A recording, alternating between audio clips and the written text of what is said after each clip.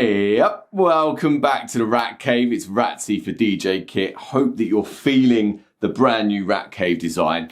Look, real quick video for me today, just because I actually realized that I've never done this comparison before. So today I'm going to be comparing the Numark Mixtrack Pro FX Serato DJ controller against the Pioneer DJ DDJ-REV1 Serato DJ controller. And actually, the reason why I am comparing the Pro FX to the Rev1 and not the Platinum FX is because the Numark Mixtrack Platinum FX has obviously got the in-jog displays, whereas the Pro FX doesn't, and neither does the Rev1. So I thought that that would be the natural sort of comparison between these two. Now, I've done some pretty in-depth kind of deep dives into these two controllers over the years. So I'll pop the links for those videos in the description of this one. In this video today, I'm literally just going to be comparing them head to head in terms of like where the features are in layout and a little bit of like the geeky stuff in terms of like the audio frequency and that kind of thing. So let's get into it, shall we?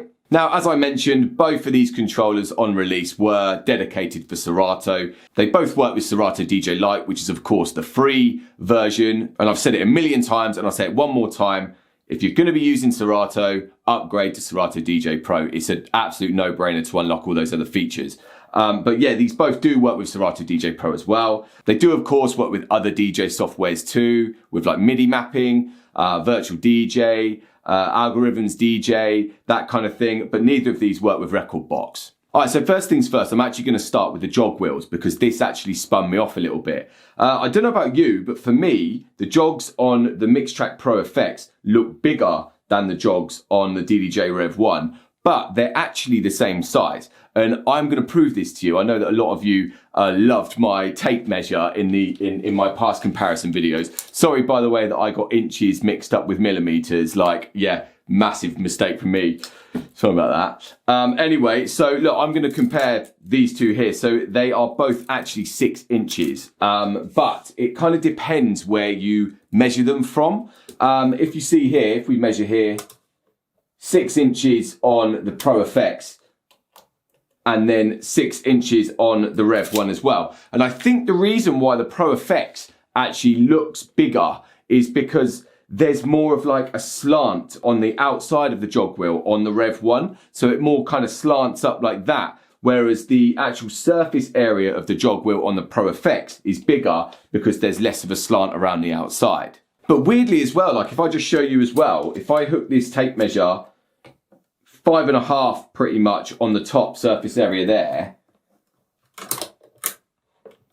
and it's 5.5 on that one. So I just, it's a bit of like an optical illusion. I don't really know why the Pro FX looks bigger, but yeah, 6-inch jog wheels, technically 5.5 on the top surface area on both of these controllers. So there's no jog adjust on either of these controllers, but they are both a pretty good consistency, which is good because both of these controllers do have sort of battle aspects, and that goes hand in hand with like scratching. Obviously the DDJ-REV1 is massively aimed at battle DJs, and you can see that because of the 100% battle layout of it. And that is, I guess, like the biggest sort of difference between these two controllers.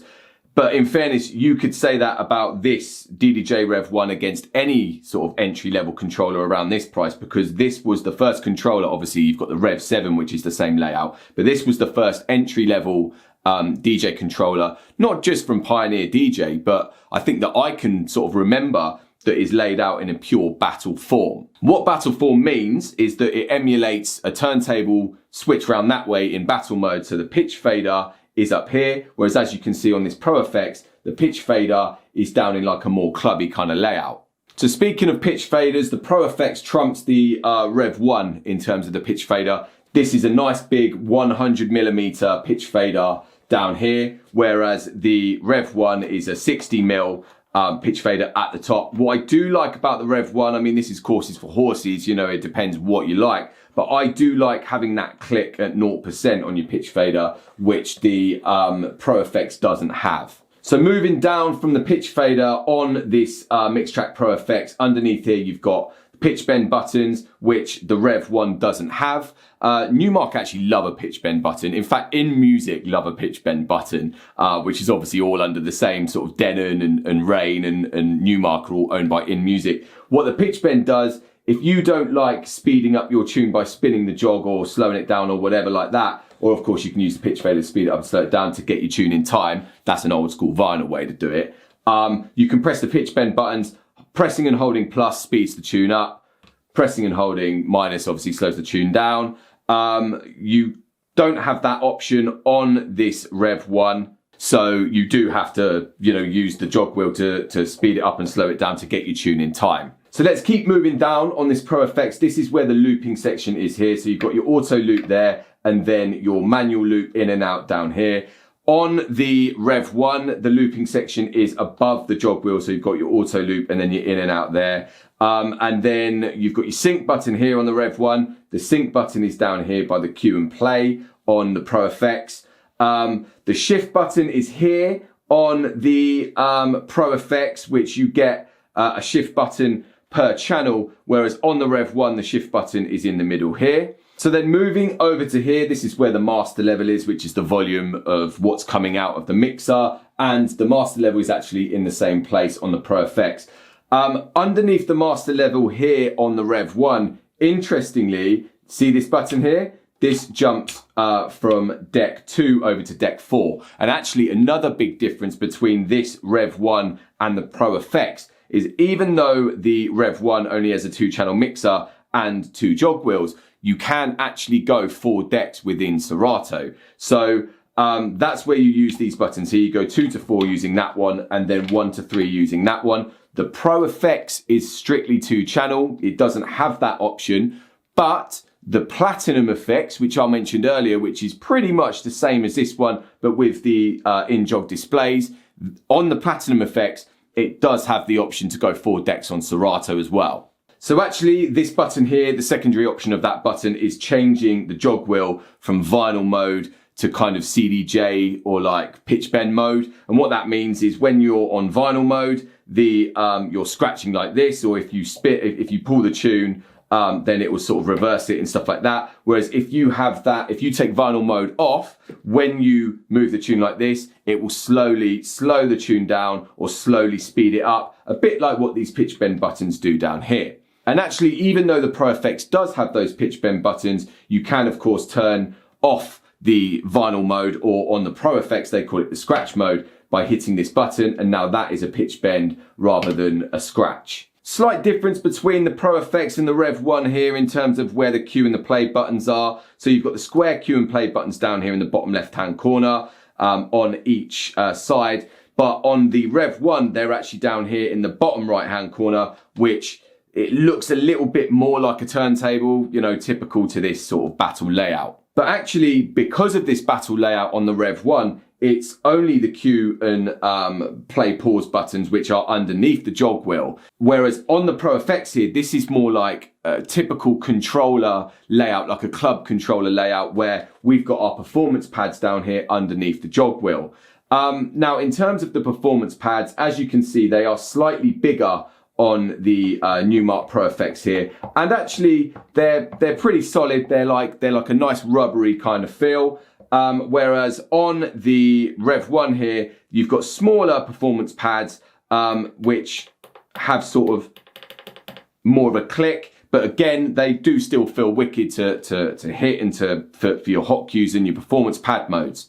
Now, talking of performance pad modes, the Pro FX has only got 4. We've got cue, auto loop, fader cuts, which I'll get onto in a minute, and the sampler. Whereas the Rev1 has got hot cue, auto loop, tracking, sampler, and then the secondary option that you get to by hitting shift is beat jump, roll, trans, and the scratch bank. Worth saying at this point, when the Mixtrack Pro FX came out, scratch bank didn't actually exist within Serato, but you can actually map scratch bank to the Mixtracks now. To be honest, typically I would map it to the sampler. So I'm not going to get too deep into this. As I said, I have covered this in my in-depth reviews of both of these controllers, but fader cuts is a very similar pad mode to the tracking on the Rev1. So on the Pro FX fader cuts, you know, it kind of replicates like the crossfader movement when you're scratching, and tracking does a very, very similar thing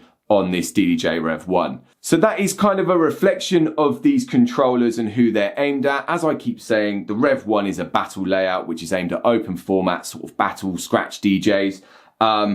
You can, of course, play any genre on any of these controllers, but, you know, in terms of like a general target audience, that's what the battle sort of layout is for. And in fact, the Pro FX is more like a hybrid of a normal DJ controller with a battle controller, and that is because of the paddles. So with that, let's hop over and have a little look at the mixer section between these two controllers now. Let's talk effects, right? So on both of these controllers, all the effects are Serato effects. There's no built-in effects. You know, they are, when you trigger the effect, it triggers it within the Serato DJ software. So the effects on the Numark Mixtrack Pro FX: high pass filter, low pass filter, flanger, echo, reverb, and phaser. So you've got 6 effects up here. On the DDJ-REV1, you've got customizable effects, but you've only got 3 per channel. Now, to be fair to both of these controllers, you can't use more than one of these effects at the same time anyway. So it's not that big a deal that there's only 3 options for per channel on the Rev1. It's pretty much exactly the same. But I guess you've got more kind of options with the Rev1 in terms of Serato effects, because they're not sort of like cemented in on the Rev1. You get to pick which ones you're using. Now, typical to battle style mixes and stuff like that, once you've got your effect that you want, you trigger the effect by either hitting the paddle upwards, which is a lock on or a hold, or if you just want a momentary sort of quick hit of the effect, you can pull it down. As you can see, it flicks back up again. Now, a cool thing that the Pro FX has got that the Rev1 doesn't is you've got a dedicated knob here to change the size of the beat, which is up here next to the dry or wet effects knob. Now, what the dry or wet is, it's basically dry, there's no effect in the tune that you're playing, and then wet, that is 100% the effect and no sound of like the tune without the effect. Similar thing down here on the Rev1, but it's called a level depth. So on minimum, there's none of the effect coming through to the tune. Maximum, it's 100% effect. You can change the beat of the effect on the Rev1, but it's a secondary option down here under effects 2 or 3. Now, as you can see, both controllers have got the browser knob here, so you can flick through your library, and then you've got the loading buttons here. So once you've found the tune that you want, you hit that, send it over to channel 1, hit that, send it over to channel 2.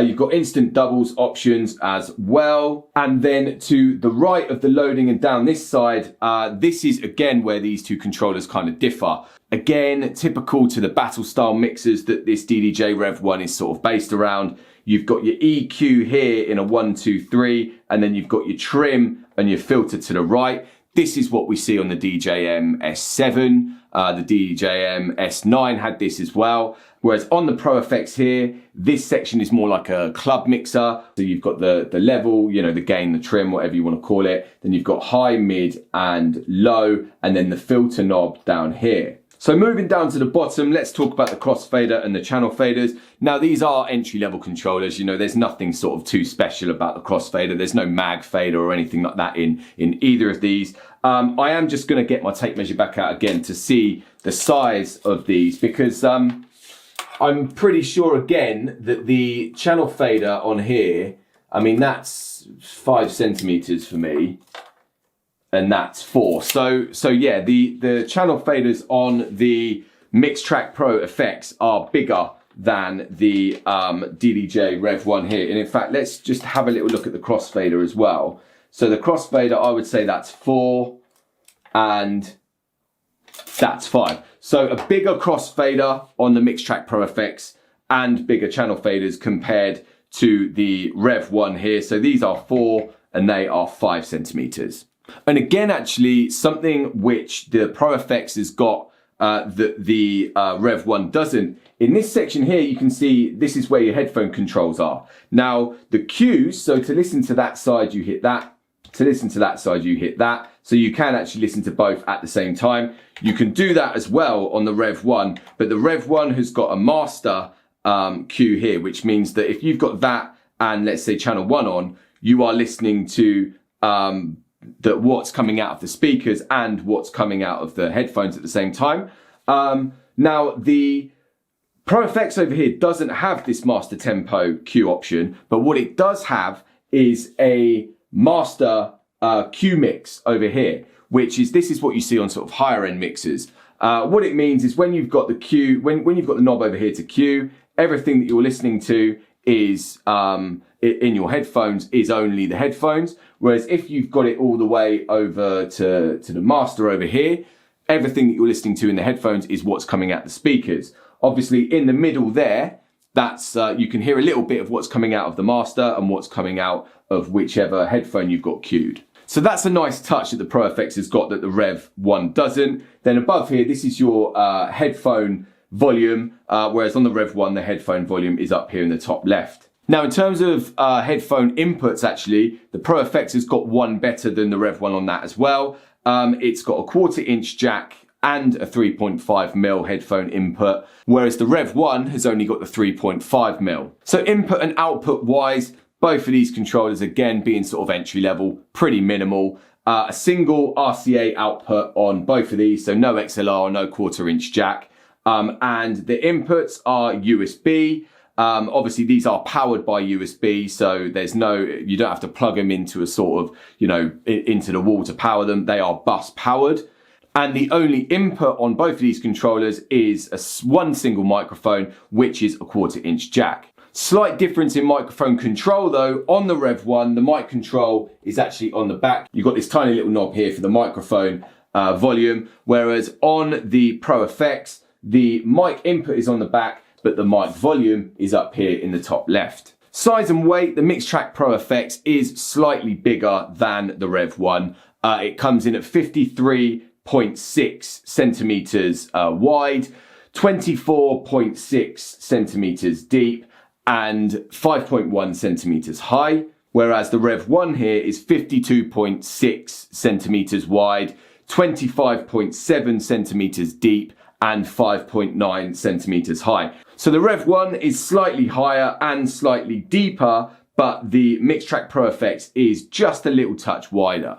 Now they're not too far off in terms of weight. The Mixtrack Pro FX is 2.3 kilograms, whereas the REV1 is 2.1 kilograms. So, not that much of a difference there really. But in terms of audio spec, the REV1 is actually slightly better. It comes in at 48 kilohertz 24-bit, whereas the Mixtrack Pro is 44.1 kilohertz 24-bit. I should say, actually, the Pro FX is quite a bit older than the REV1. So I would imagine that when they bring out an updated version of the Mixtracks, I don't know when that's going to be, by the way, but I would imagine when they do, that they will come in at 48 kilohertz as well. So gang, that's pretty much it. Let me know if I've missed anything. I probably have.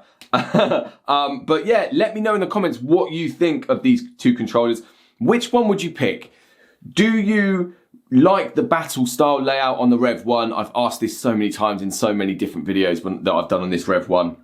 And I just want to reiterate, even though the REV1 is a battle layout, which is open format, hip hop, whatever you want to call it, it doesn't mean that you can't play house music on this thing or drum and bass or whatever you want to play. Layout is a layout, It does emulate a turntable and a battle style mixer, but have fun with it. Having said that, what I do like about the Pro FX is that hybrid of like a club mixer with a little bit of battle with the mixer section in here. So the Pro FX has got a little bit of everything for everyone really. Now finally, I don't normally like to talk about pricing when I do a comparison video or any kind of video really, because it can go up and go down. If you're watching this in the future, the price might be wrong. But on the day that I've shot this video, the Pro FX at DJKit.com is £185, whereas the REV1 is £279. That's nearly £100 difference between these two. So do you think that the REV1 is worth £100 more? To be fair, the Pro FX has got some things that the REV1 doesn't. The REV1's got some things that the Pro FX doesn't. But £100 is quite a lot of money, especially at this entry level price point. So a few things to discuss in the comments there, guys. Look, as usual, thank you so much for watching. Don't forget to like the video, share it with anyone who you might think would find it useful, and don't forget to subscribe to the DJKit YouTube channel. So until next time, you take care out there. Peace.